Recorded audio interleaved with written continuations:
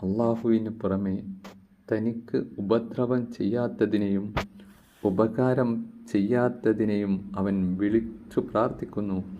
അതുതന്നെയാണ് വിദൂരമായ വൈഭ്യാവ്. യാതൊരുത്തൻ്റെ ഉപദ്രവം അവൻ്റെ ഉപകാരത്തേക്കാൾ കൂടുതൽ അടുത്തതാണോ, അങ്ങനെയുള്ളവനെ തന്നെ അവൻ വിളിച്ചു കൊണ്ടിരിക്കുന്നു.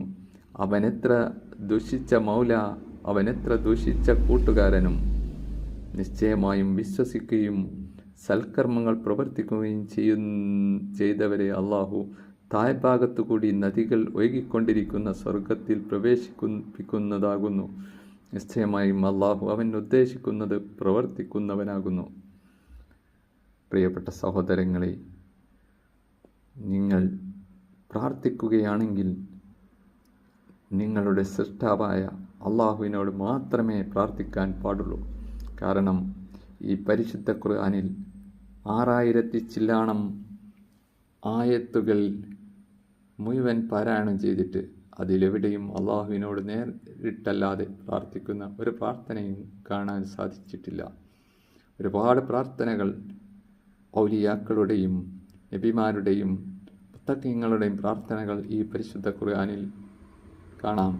അതിൽ ഒന്നുപോലും അള്ളാഹുവിനോട് നേരിട്ട് അള്ളാഹുവേ റബ്ബേ എന്നുള്ള രൂപത്തിലല്ലാതെ വല്ലവരുടെയും ബർക്കത്ത് കൊണ്ടോ മറ്റെന്തോ കൊണ്ടോ എന്ന് ഒരു പ്രാർത്ഥനയും ഇതിൽ കാണാൻ സാധിക്കുന്നതല്ല.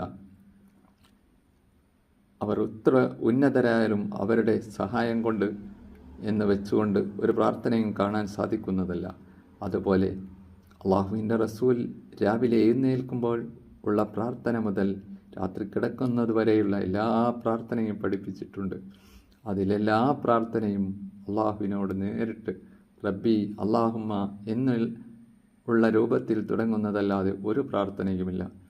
മാത്രമല്ല റസൂലും സഹാബത്തും അങ്ങനെ പ്രാർത്ഥിച്ച ഒരു പ്രാർത്ഥനയും നമുക്ക് അറിയുകയുമില്ല.